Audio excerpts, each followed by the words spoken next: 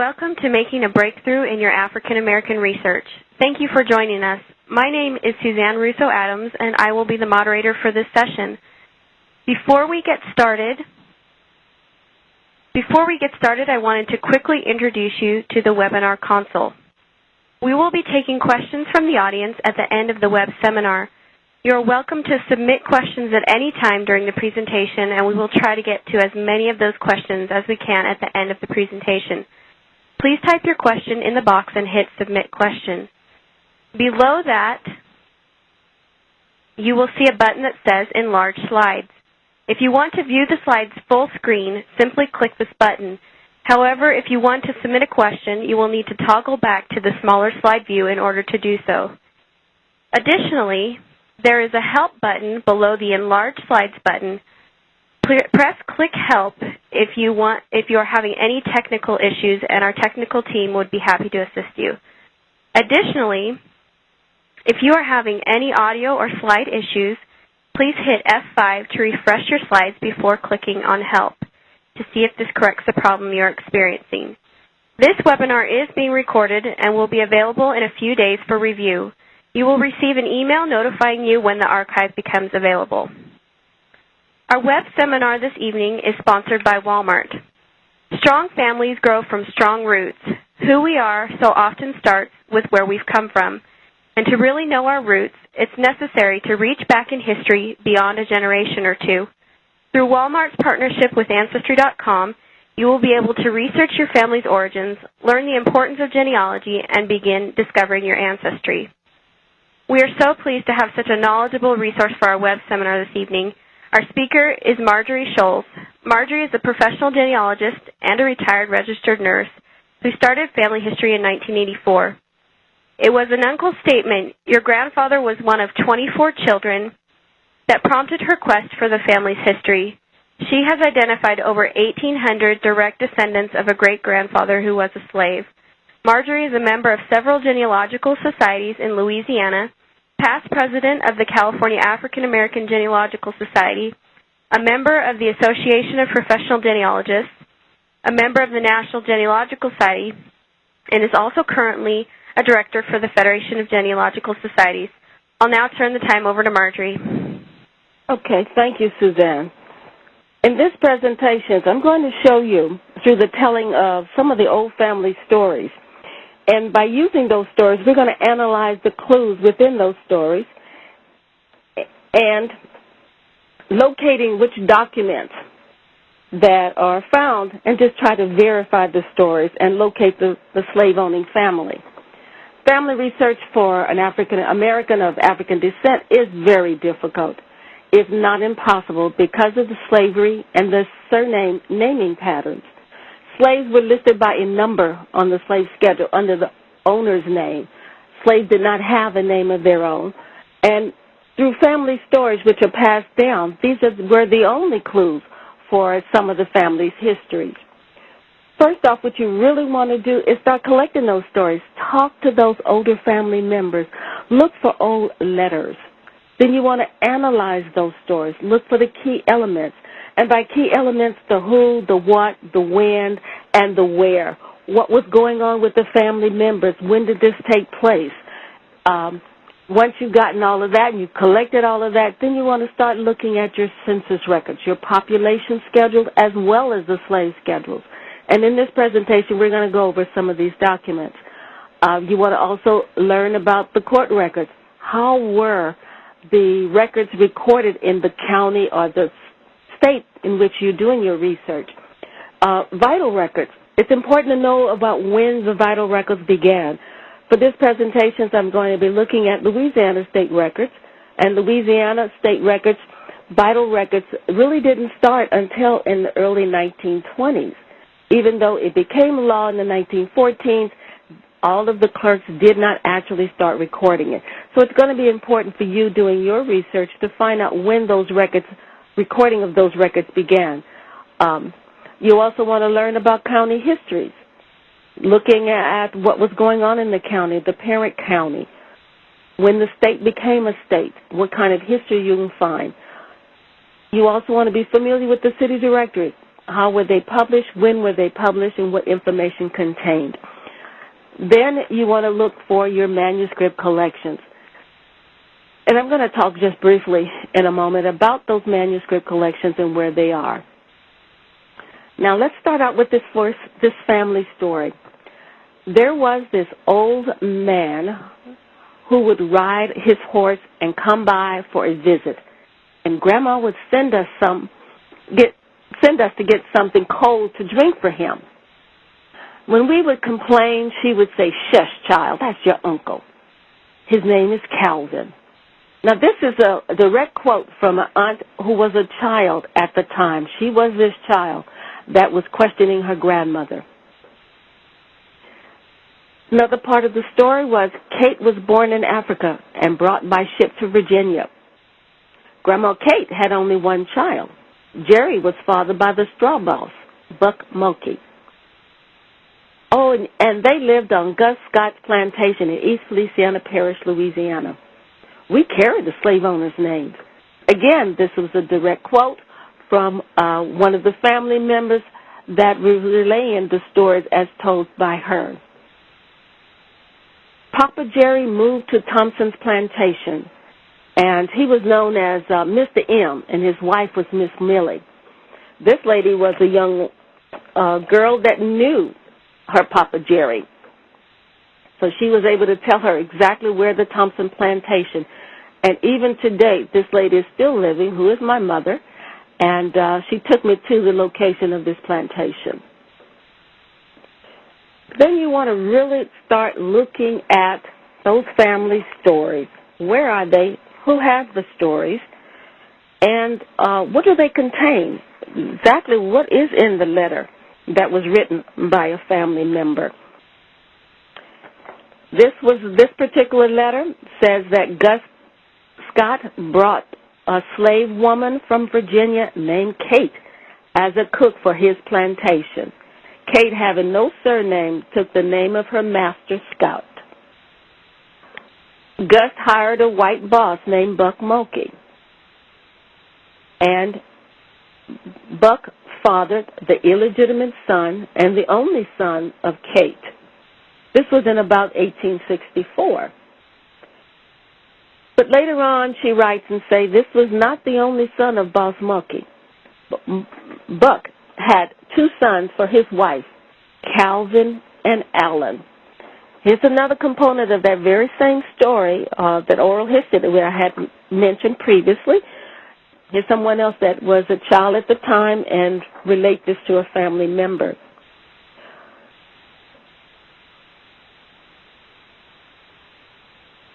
Then the letter continues to say that he and Barbara made their home on the Thompson plantation, and the owner was named Emerson, and Millie and Jerry lived and worked on this plantation.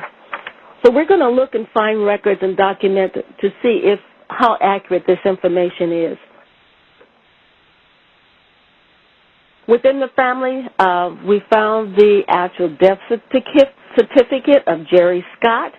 In it, it lists his birthplace was Wilson, Louisiana. His mother's name was Kate Scott. She was born in Wilson. Remember, the family said, someone said she was born in Africa and brought to Louisiana from Virginia. Here, the informant was a Kate Scott, who happens to be the daughter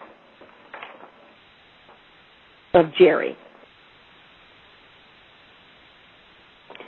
Now, the key elements in all this story is, first off, African birth for Kate. She was brought to Virginia by the slave trade. There was a sibling to Papa Jerry named Calvin. Papa Jerry's biological father was named Buck Mulkey. He was a straw boss. Is that a type of occupation? We have to find a little more about that. We carried the slave owner's name of Scott. The plantation's name was Scott. Now, for many, some would say that African-American research is very difficult, but in the very beginning, it is no different from any other. First, you want to start with what you know, and then you must do all your census work. don't skip any steps. For example, one census may include another older family member that was not previously known.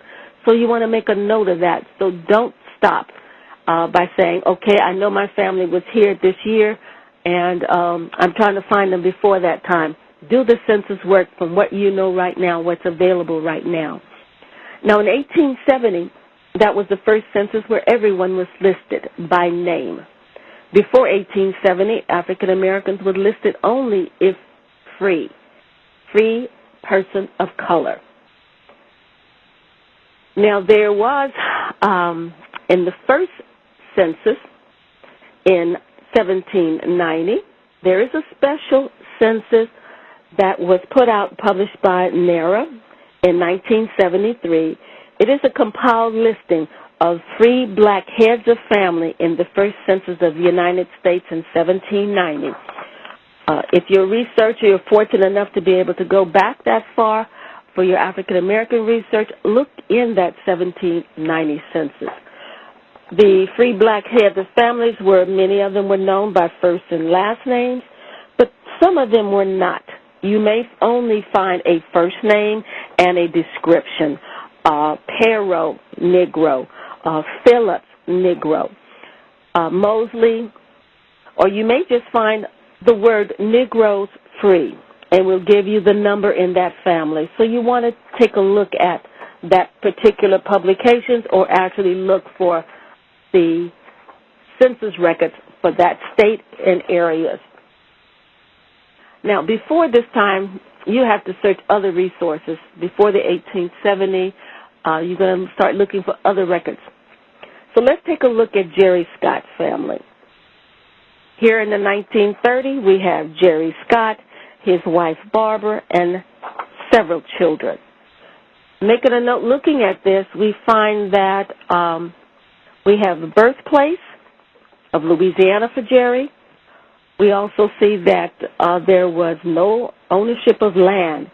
He was renting in the 1930s. In the 1920s, we again find Jerry with his family. But make a note, in this particular census record, we find there is a white family living real close by named Thompson, Emerson. So we got a connection there that the white families were still in the area as late as the 1920s, living close or nearby to Jerry. Continuing on with the earliest census, the same goes for the 1910 as well as the 1900. Now this particular slide gives you an actual view of what you will find when you go onto Ancestry.com, looking through the index. And you want to look for things that may have some discrepancies. You may know the family name is Scott, spelled with a double T. Here in the index, you did find the family only with a single T. So make note of the name changes and the variations of the spelling of the name. In the 1880 census, we again find Jerry, and now he has a wife and only one child. And this is still all in East Feliciana Parish. So if you notice, I've done all of the census work back to now the 1880s and the 1870s. For those of you among the audience that are new, you notice that we skipped the 1890 census. Those censuses were destroyed in the fire. So you want to look just in case your particular state of research happened to have an 1890 census. For the state of Louisiana, we have a 1890 census that's really a compiled census, a consolidation of veterans from the Civil War, veterans and widows. So it's like a substitution. So you again want to look for other substitutions for the census here that may be missing or that you're unable to find your family.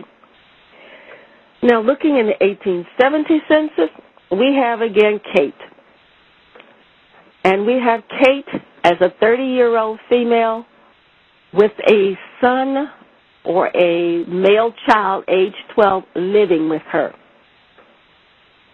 There is no family connection noted in that 18th census. Unlike some of the later census, you will have a relationship. But in the 1870, there was no relationship listed, so we can only surmise that that is her own child. Now, so far in this family, we've been told we carry the slave owner's name. And looking at the 1870s, we want to start looking for who were the slave owners. If we were unable to find Kate or any of her family in the 1860s, we can presume and take from that she was a slave prior to the 1870s. Now, in 1870s, were there any white families living in the neighborhood? You want to walk the neighborhood. And by walking the neighborhood, I mean you need to look at 4 or 5 pages for any white families that are living in the area. Not all slaves left the areas of their slave owners. And when you find that you have one white family and 3 or 4 pages of blacks that are living in that area, they may not all carry the last name of that white. In some cases, you may find them, but you want to look at that white family that's living in that area. Once you identify the families living near your family in 1870, you want to now go to the 1860s. And again, look for that white family. Look at, did they own any slaves? Now, how do you determine whether they own slaves? High personal property value is a good indicator of slave ownership. Then when you find that, you want to look again to see if they have slaves and search the slave schedules.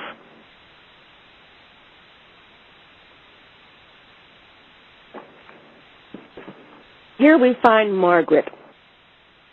Margaret is a white woman keeping a house, and on the same identical page that we found Kate and her son.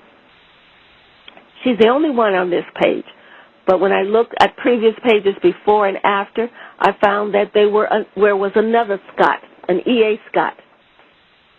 So we're going to start looking for these Scotts, Margaret Scott in the 1860s and E.A. Scott in the 1860s census. Were they slave owners?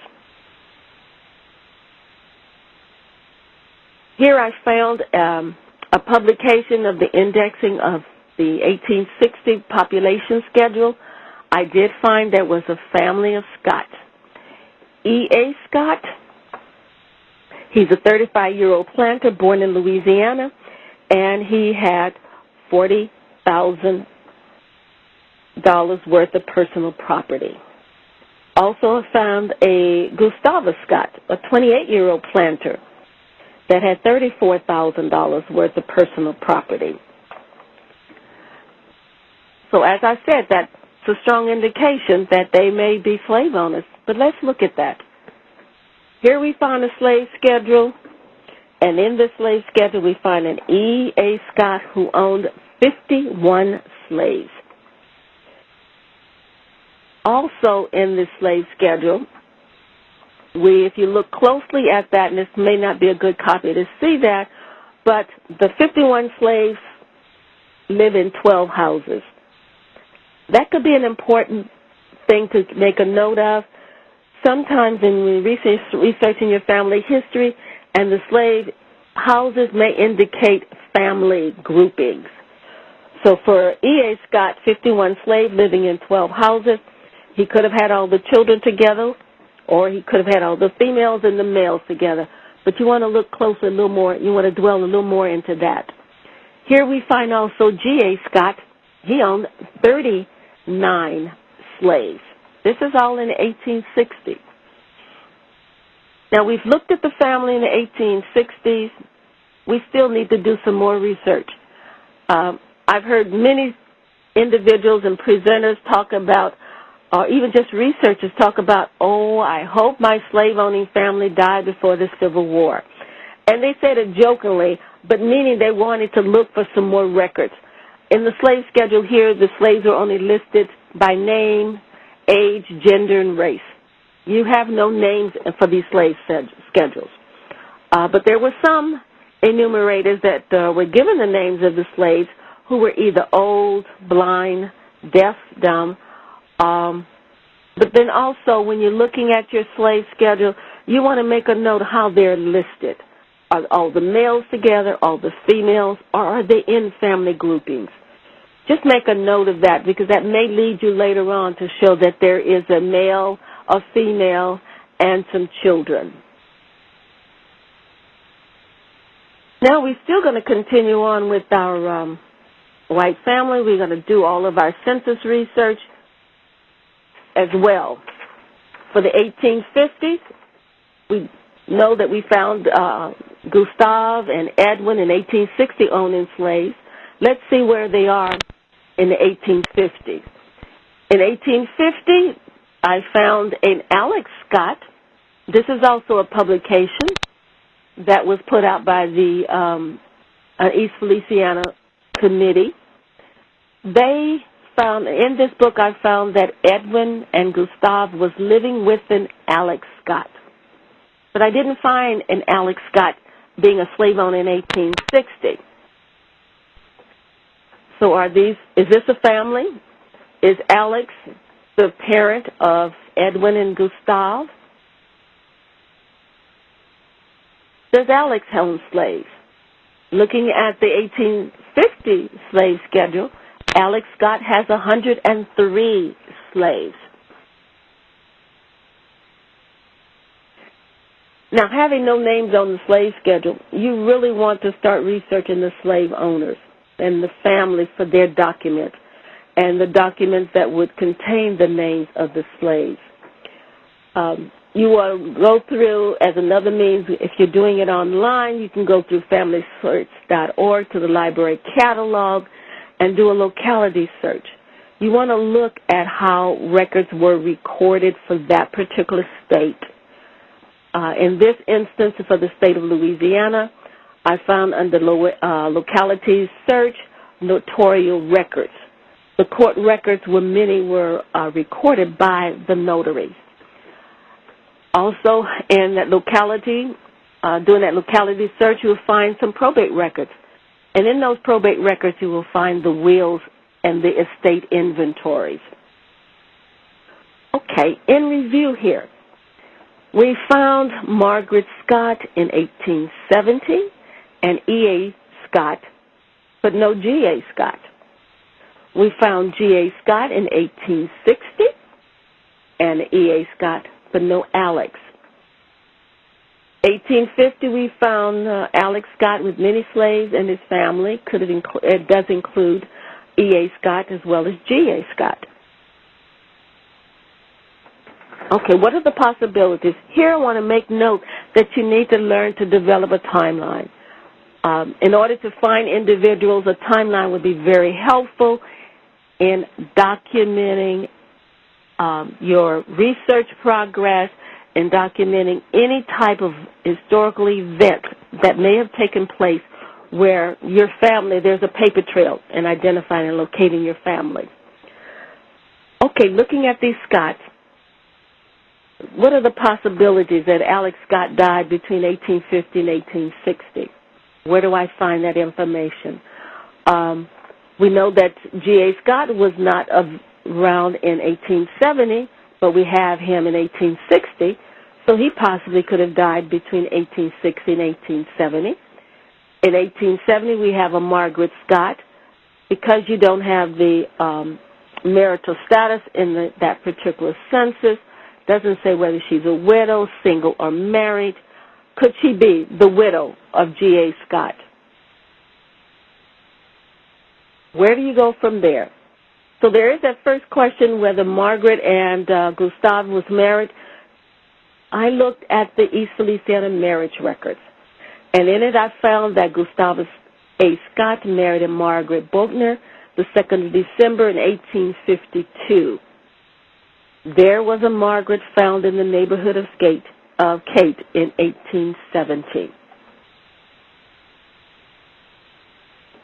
So we know now that Margaret is the widow of Gustav, So we want to look for records on Gustave in terms of a will and deed between 1860 and 1870.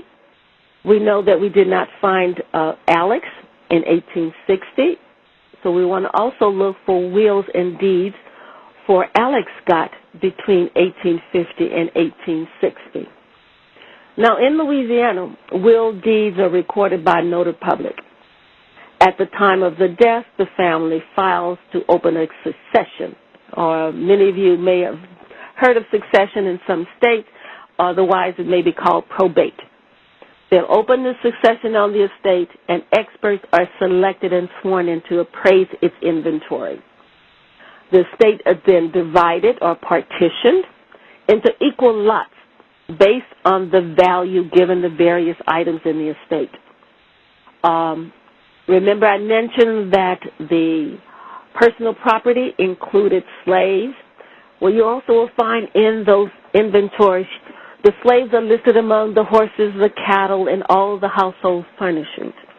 You will find that the slaves were considered very valuable, and you will find that they value was based on their age or their ability to work. Now, some estates' inventories list the slaves by name, gender, and age in family groups.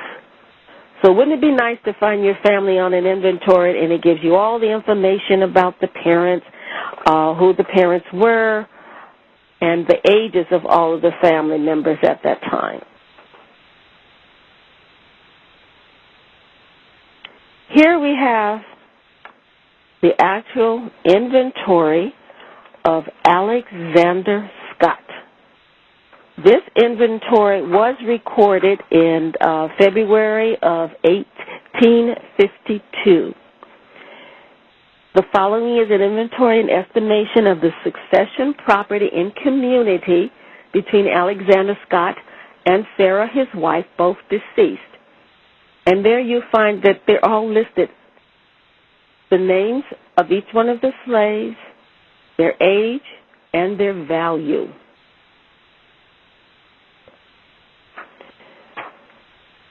And these estate papers can amount to many, many papers. In this particular Alexander, I think I went through 23 pages of documents. If you remember, I said he had 103 slaves in 1850. So you can imagine how many pages it took for all slaves to be identified and placed and given a value. Here I've kind of highlighted Tina, age 40, and her children. A girl, Kate, age 10, a boy, Cujo, a girl, June, a boy, Jerry, and a girl, Judy, age 1.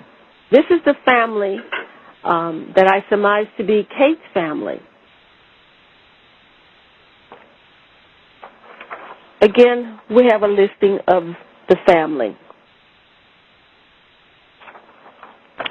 Now, once the family has been listed and identified and all the inventory has been taken, the appraisers sort out or divide up into lots based on the number of heirs in the estate.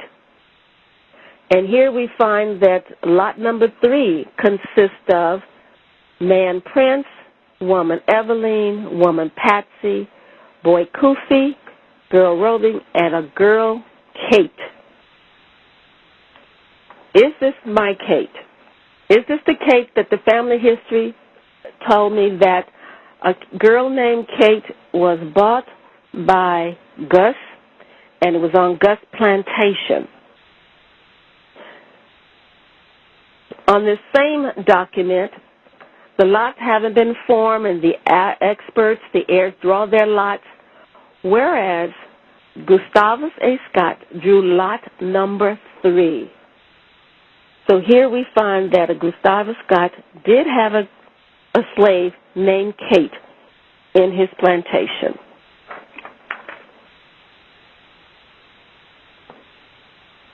In 1852, Gus Scott drew the lot with Kate, age 10, valued at $275.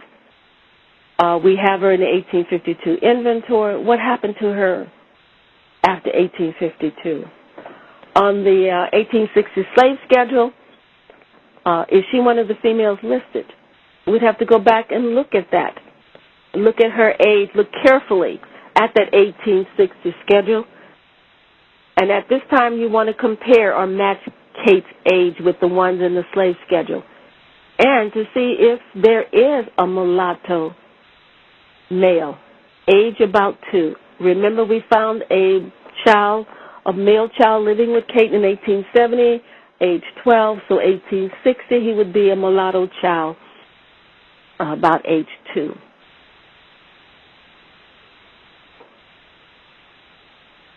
Going back again and looking at the timeline for this family and the family history, we wonder what happened to Gustave between 1860 and 1870. There was a civil war going on.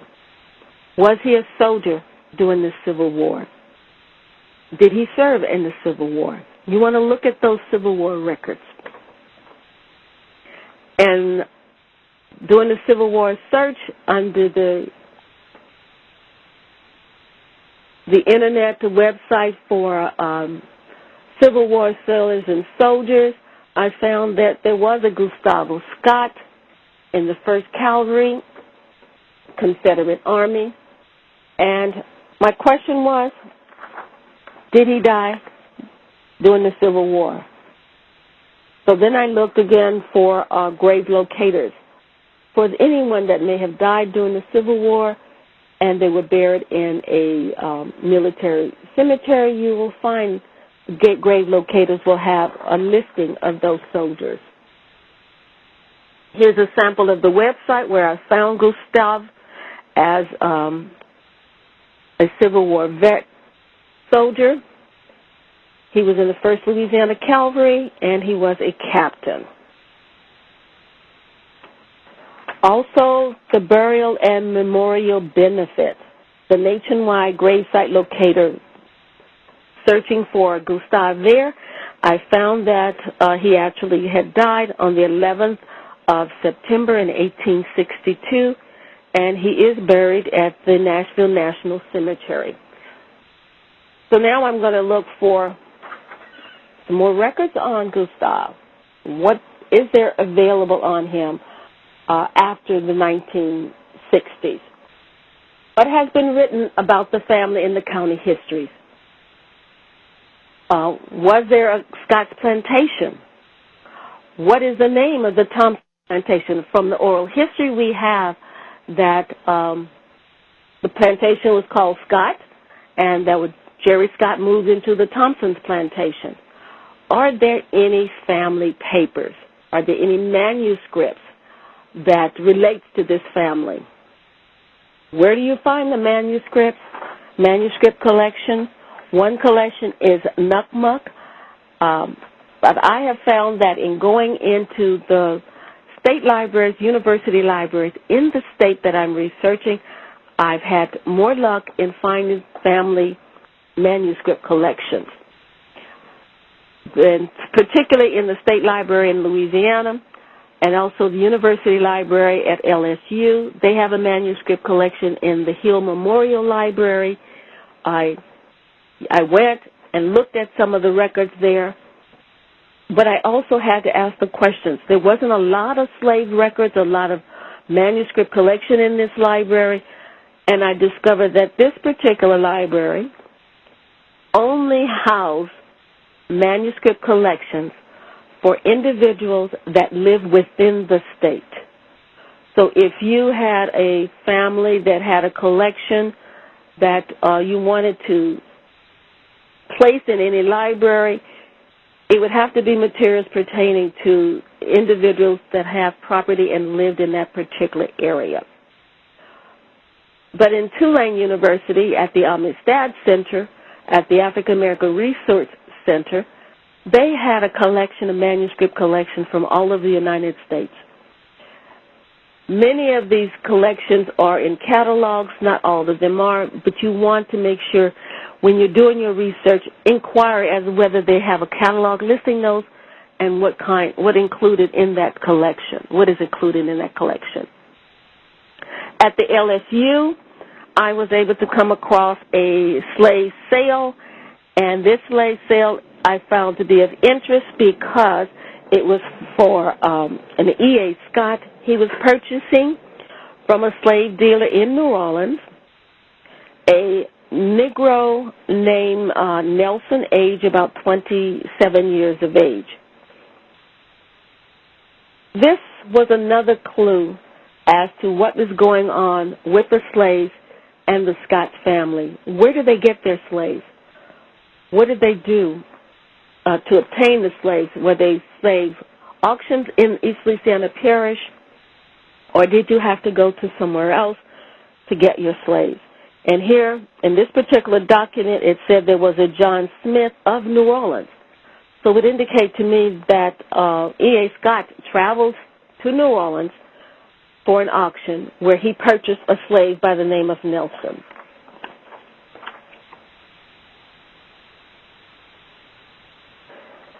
Okay, another clue.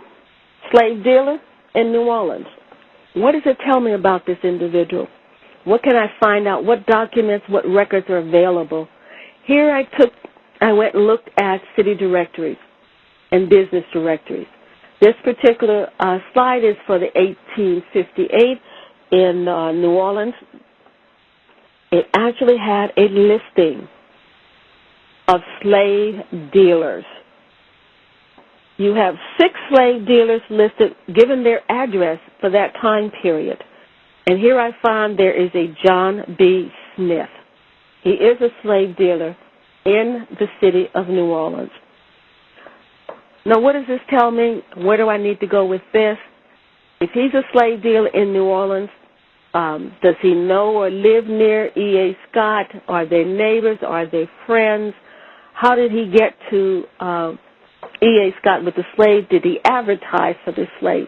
So now I'm going to want to look for more information on John B. Smith.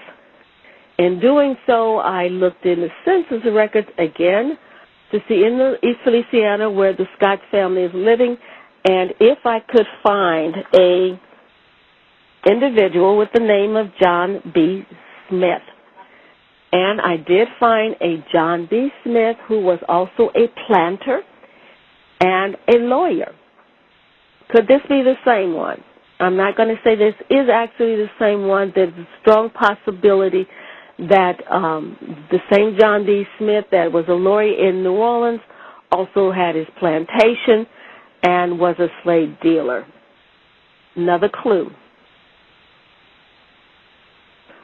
From the stories of the family said that Kate came from Virginia. In looking at John B. Smith being a slave dealer in New Orleans, what was going on with the slave trade in New Orleans? Here in the slave trading of the Old South, I found a quotation from that New Orleans was the mistress of the slave trade. Slaves sold in New Orleans were brought from many states, but mostly Maryland, Virginia, and the Carolinas. A connection. Here the slaves that were in Louisiana, bought through New Orleans, could have come and arrived from Virginia. Part of the story that the family is telling us. Let's do a little analyzing of the information that we have so far in our family stories. Each time that you gather more information, you don't want to just collect it. You want to analyze it. You want to see what information it contains and how it is related to your family. Here we have that the family states that she was born in Africa. It's not verified. Her census lists her birthplace as Louisiana. The records also approximate her birth year as 1840. There is an assumption, a presumption, that her mother was Tina, born about 1812. She could have been the one born in Africa. We carry the slave name. The family is known as Scott since the 1870s. Is there a Scott's plantation? No plantation with the name of Scott was found, but there were several built by the Scott family, namely Shades and Glencoe. And when you talk with individuals living in the community, the area, you say, oh, that's the old Scott's place. You may not have ever heard them called Shades or Glencoe. But if you're looking at county histories and records, they will tell you the name of the plantation and who the owners were. Jerry's biological father, Buck Mulkey, it's not verified. Is Buck a nickname? Nicknames are one of the major pitfalls in African American research, and I'm sure it is in others researching. You know somebody by nickname all their lives and you don't find records on them. I once told a friend, take off her blinders, remembering that there could be a nickname. Look for any variation of that name. Okay. Doing county histories, I ran across the Shades Plantation, and I found that it was started and built by slaves owned by Alexander Scott. This plantation is still in existence today. This, of course, is an older picture of it, but the last owner recently died, and so we were not able to access it or go on that land. In this particular picture, we also have another plantation that was mentioned. This plantation was called Glencoe. Glencoe is a plantation that was owned by Robert Emerson Thompson and his wife, Martha Emily Scott. And Miss Scott is the daughter of Gustavus Scott. So here we find that Gustavo had a daughter. He died in 1862. So we find that the plantation is Gustavo's plantation, in essence. And this plantation is still in existence today, and this is a recent picture of that plantation. Okay, some more analysis. Siblings. We know that from the family history that Calvin was a sibling, and because he acknowledged his black family by visiting them with them, we found that in one of the letters there was a Calvin Mulkey that was one of the sons. And doing the research again, you do that census research on this family of Mulkeys. I found a Calvin Mulkey that was in the household of Terrence. Straw boss, I learned later that that was another name for an overseer. And were there ever any Mulkeys on the plantation owned by a Scott? In doing further research on the Scott family, there was an Alexander Keller, who is the grandson of Alexander Scott. They did have an overseer named Mulkey in the 1870s. Now, as far as the Virginia slave trade, at the port of New Orleans, we found that the slaves did arrive from Maryland and the Carolinas. We haven't been able to find positive proof that that is where Kate or even her mother Tina was born. Okay.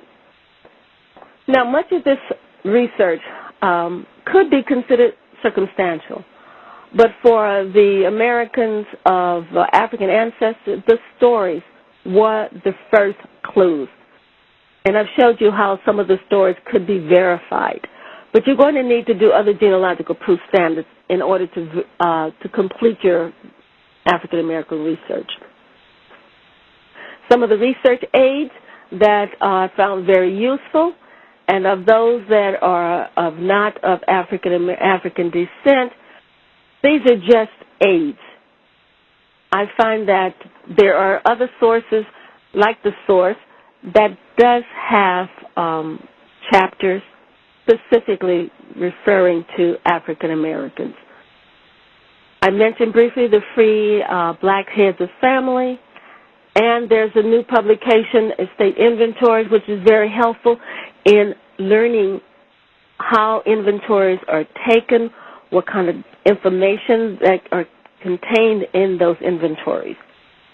Some of the websites used are Ancestry, the African American History, Ancestry, the World Archives Project, and I'll have Suzanne speak on that in a moment, Afrogenius, Family Search, Grave Locator, and the Civil War. So these are all the research aids. Suzanne. Yes, Marjorie. I'm going to talk just a little bit about the collection on Ancestry.com, and then Marjorie's going to give you a little bit more detail. But Ancestry.com actually does have a landing page for African American history that lists out several databases that apply specifically to African American research. And that website is www.ancestry.com/AAhistory. And so you can go there, and a lot of those databases that apply specifically to African American research are available online at Ancestry.com. Okay. Now, looking at some of the information that you can find in the African American history online, you have the U.S. Colored Troop records. There were some 178,000 African Americans that served in segregated U.S. Colored Troop units during the Civil War. In addition to that, you'll also find that in the Navy, there were integrated units with African Americans. And the records of their service can tell you a lot about these individuals. In this particular one, it talks about the individual was from Kentucky, and that he was born in Virginia, how old he was, and when he served.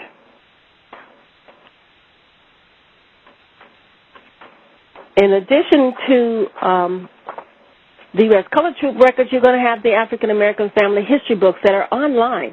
There's approximately 70 books that are available. And you can read about the lives of African American slaves who worked on plantation, discover the regiment histories of the U.S. Colored Troops, and much more in this collection. So you want to take a look at that as well. In addition to that, you're going to find the slave narratives. The slave narratives, perhaps, let's say, no other resource approaches the range of human experience found in these slave narratives collection. You have more than 20,000 pages of typescript interviews with more than 3,500 former slaves. This collection provides a poignant picture of slave life and is the most complete available picture of the African American plantation experience.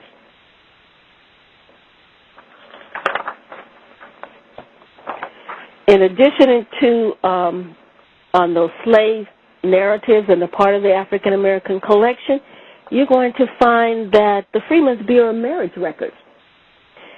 In this particular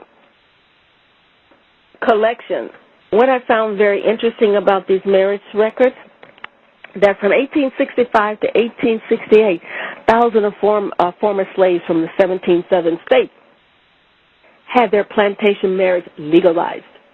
The records of these marriages could be found in certificates, license, monthly reports of marriages, and more. And they're among, I would say, one of the most important records for finding black family before and after the Civil War. This example here of a slave marriage, when you're looking for slave marriages, whether it's before Civil War, after Civil War, you want to look for collections that indicate colored or the general population. I found in doing research in one particular area, for a certain period of time, all the marriage records were separated. Then for a period of time, then they became one book. And then again, they were separated out later on. So you want to look at those kinds of books. If you were to request a marriage records and they say they don't have it, you ask them, how are the colored marriages listed? Is there a separate book for them? Here in this particular marriage record, it has the word COL encircled. That indicates to you that that is a colored family. Another record that I found to be very interesting in the part of the Freedmen's Bureau was a record that indicated the bride and the groom having served in the military, and how old he was. Many marriage records, you don't have a complete picture of the family. You just have a name and who they're marrying. But here you actually have the age. He was a 31-year-old, and you have a color designation. This record was for January 1st, 1865. The man was 1/4 white by his father, and he was separated by death, would indicate there was another prior relationship before legalizing this marriage. Okay, and the wife was 38 years old. So there's a couple of those, and I won't go through both of them, but we want to now look at the Ancestry World Project, and would you help me out there, Suzanne? Absolutely, Marjorie. The Ancestry World Archives Project is basically a global indexing initiative to preserve historical documents that Ancestry.com has launched, and this is in an effort to make more records readily accessible to those searching their family history. So the World Archives Project is actually a downloadable software, and it lets anyone from the community help bring free historical record collections to the public. Any of the indexes created through this project are made available free online. And one collection that we just launched in honor of Black History Month are slave manifests from New Orleans, Louisiana, and Marjorie could talk a little bit more about those. But this year, contributors become the first to see new collections as you type the information in and create these searchable indexes. You don't have to be a subscriber to Ancestry.com to participate, and again, all the indexes will be made available free to anybody that searches for them. But these slave manifests are really, really kind of interesting. Yeah, and looking at the sample that we're showing you here, the manifest, it gives you the name of the ship, where they're from. It even gives you the name of the captain or the master. And the listing themselves give the name, the sex, the age, and the height, and whether that's a Negro, mulatto, or a person of color, which is very interesting. And then you also have the designation. Where are they going? Here in this particular one, this female, 35, was going to Bay St. Louis. So this is actually a ship that was bound in the port of New Orleans, and the slaves were being sent to the Bay St. Louis, which is in the state of Mississippi.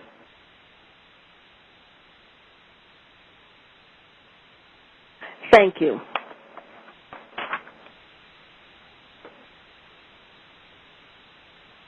Now we'll begin with some questions and answers, and there have been just an overwhelming amount of questions, some really, really great questions. So we'll try to answer as many as we can in the next 10 minutes or so. The first question that we have is, what if you don't have any family stories? How would you go about starting your family history research? Good question there.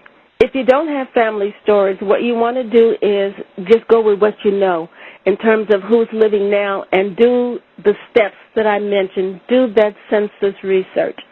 Go step by step, locate those families in the census. You want to do that. That is crucial with any research, even if you don't have the family stories. Great. Another question we have is, how can you find possible slave owners if your ancestors did not take the owner's surname, or if you're not sure if they took the owner's surname?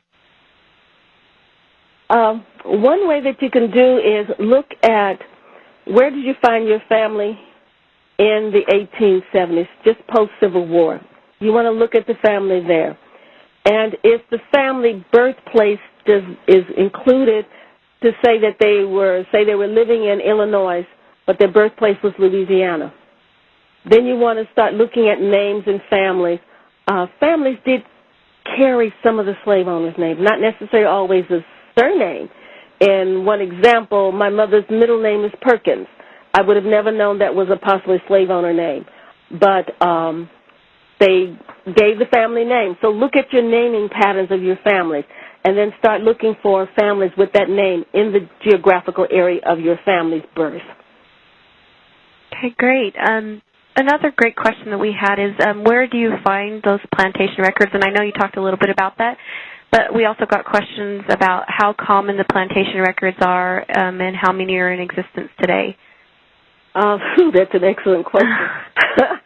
I couldn't begin to tell you how many there are in existence today, but you may find that many of the plantation records are for large plantations, and we're talking about slave owners that owned 200 slaves, large plantations and multiple plantations. Those are the ones that kept good records. Those are the ones that you may find that those documents. Then again, for those of you in the audience that know of your ancestors that were slave owners and you have those records and they're not a part of someone's collection, we want you to share those information. Get them published in either newsletters or somewhere that information can go out for anyone that's doing slave research. Okay, that's great. This next question actually kind of goes along with the question before. Where should a person start looking for a listing of plantations in different states? Are there books that would tell you what plantations are in different states? For my collection, I find that in the state of Louisiana, there are many books that have it, and you may just have to start looking for bibliographies and different presentations to see if anyone is listing some of those. I have several books in my own personal collection, but again, they were primarily because I was interested in Louisiana, so I just started going to libraries and do library catalog search and see if there's any books that list plantations. Okay. And we also had a question when we mentioned the slave ship manifest. How would you go about finding slave ship manifests? Well, right now, the best thing to do is to volunteer to be a part of this Ancestry World Archives project and start indexing the documents. There are many documents within out there that need indexing. And the best way to get started is to be a volunteer to do some of that indexing yourself. Absolutely. Okay, I'll just keep going through as many questions as we can because we do still have a few minutes. Mm-hmm. How can you get info on runaway slaves? Runaway slaves, you may find many times when slaves run away, they're published in newspapers. Look at the community newspapers of the areas where you're doing your research.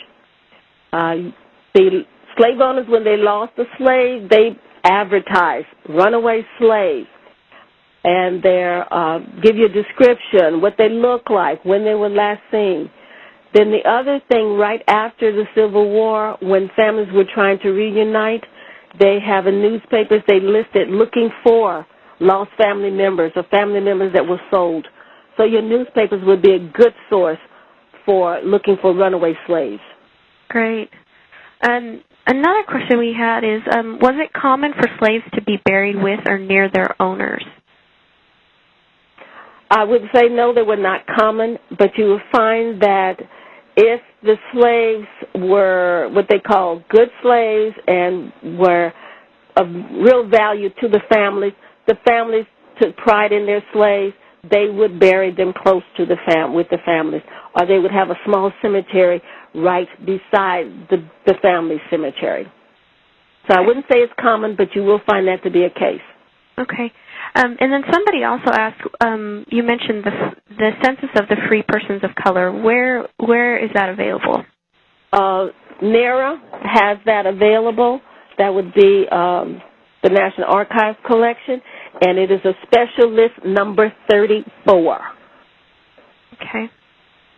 And someone also asked or stated, not every black family took the name of owners. Do you have suggestions for finding the owners if you're not quite sure if they took the name?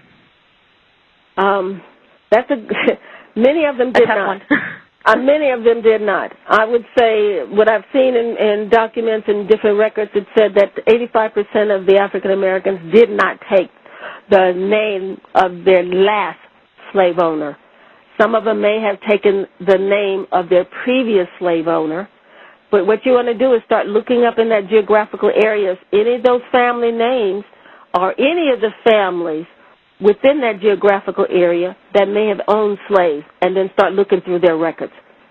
You know, you've got to be like the history detective, go through all of the documents pertaining to that geographical area where your family was found. Absolutely. And then I think we have time for one more question. Someone asked, is there any way to find out what part of Africa a slave may have come from? Good question. If they find out, I need to be let known as well. I have not found any information that gives me a specific tribe in Africa. Historically, we have found that many of the slaves came from the western coast, and there's 5 or 6 different countries on the west coast of Africa.